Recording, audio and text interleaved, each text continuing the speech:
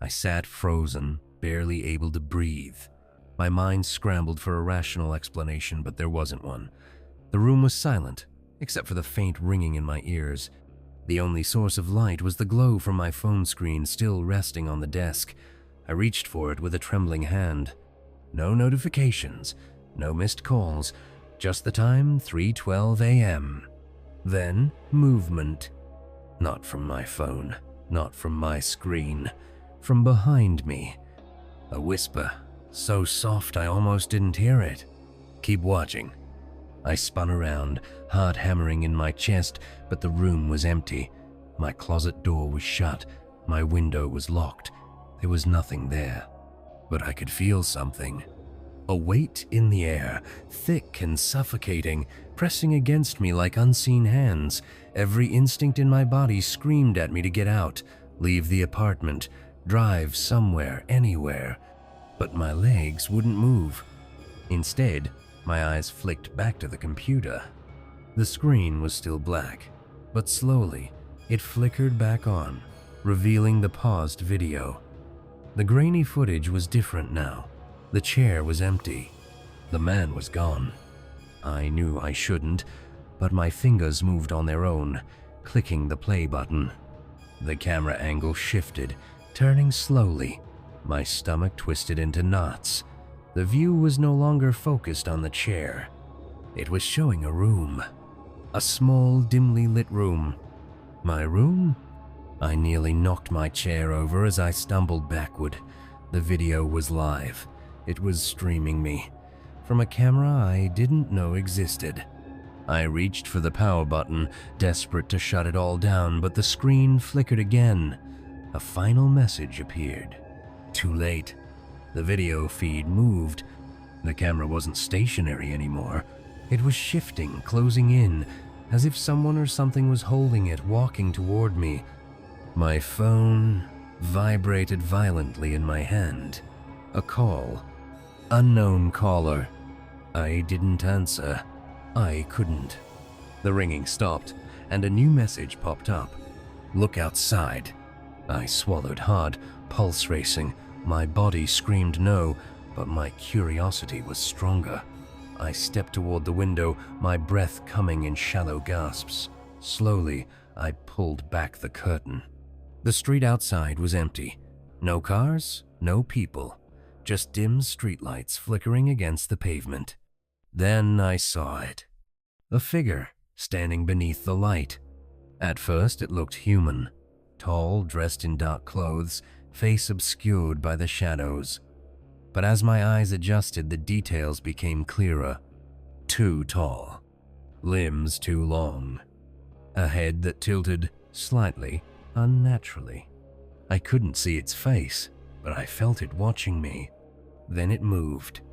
Not like a person, more like a glitch in reality, shifting forward in jerky, unnatural motions, covering impossible distances in seconds. My phone buzzed again. Another message. "Let us in." The doorknob behind me rattled. I didn't turn around. I couldn't. Something was already inside. The air in my apartment felt wrong-heavy, suffocating, like something unseen had seeped into every corner, wrapping itself around me. The doorknob rattled again, more violently this time. A slow, deliberate movement, like someone or something was... I took a shaky step back. My phone buzzed again. "We're already here." I dropped it. The clatter echoed in the silent room, but I barely heard it over the pounding of my own heartbeat. I squeezed my eyes shut, willing myself to wake up, to snap out of whatever nightmare I had stumbled into. Then, the lights flickered. Just once. Enough to send a flash of movement across my vision. A figure, a distortion, something shifting in the corner of the room. My closet door. It was open now. My body refused to move. My mind screamed at me to run, but my legs felt like they were made of stone. The silence stretched, pressing in on me, stretching out the seconds like an eternity. Then the whisper came again, right next to my ear. "Keep watching." I spun around, nearly tripping over my own feet. The screen of my computer was no longer showing my room. It was showing the closet, a dark, grainy feed of the empty space. Except it wasn't empty anymore. A shape moved within the shadows, barely visible, just outside the reach of the dim light. Long fingers curled around the edge of the doorframe. The feed zoomed in. A face. Or what should have been a face. The features were blurred, shifting, as if the image itself was breaking apart. But the eyes were clear. Black pits, empty and endless. They weren't staring at the camera. They were staring at me. The screen glitched violently. My speakers crackled, a deep, garbled voice pushing through the static. You watch too much. Then, darkness. The power cut out completely. No screen, no lights, no sound. I couldn't breathe. I knew I wasn't alone. The air around me felt thick, suffocating, as if something was pressing against my chest, crawling beneath my skin. I backed up, my heel hitting the edge of my bed. Then something moved in the dark. Not outside. Not in the closet. Right in front of me, the whispering returned, no longer distant. It was inside my head. The story ends when you do. A cold breath grazed my neck. And then, the lights came back on. Everything was normal. No closet door open. No figure. No static. My computer was still off, the screen dark and lifeless. My phone was back on the desk, as if it had never fallen. The only sign that anything had happened was the final message on my screen. See you soon. I left my apartment that night. I never went back. I packed a bag and left without looking back.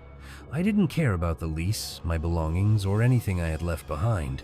Whatever had seen me was something I wasn't willing to understand. I drove aimlessly for hours, putting as much distance as I could between myself and that apartment. I checked into a cheap motel outside the city, not bothering to turn on the lights as I collapsed onto the bed. My hands were still shaking, my mind raced with everything that had happened, but I refused to think about it. It wasn't real. It couldn't be real. I barely slept. Every creak of the motel walls, every distant sound from outside made my heart leap into my throat, but nothing happened. No messages, no whispers, no flickering lights. For the first time in days, I started to believe that maybe, just maybe, it was over. Then, around 3 a.m., my phone buzzed. My stomach twisted into a knot. I didn't want to look, but my hands moved on their own, lifting the screen to my face.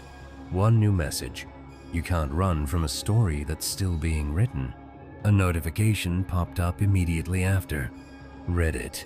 New post in your subscribed threads. I tapped it. It was a post from an anonymous user. No upvotes, no comments. He ran. But the story isn't over yet.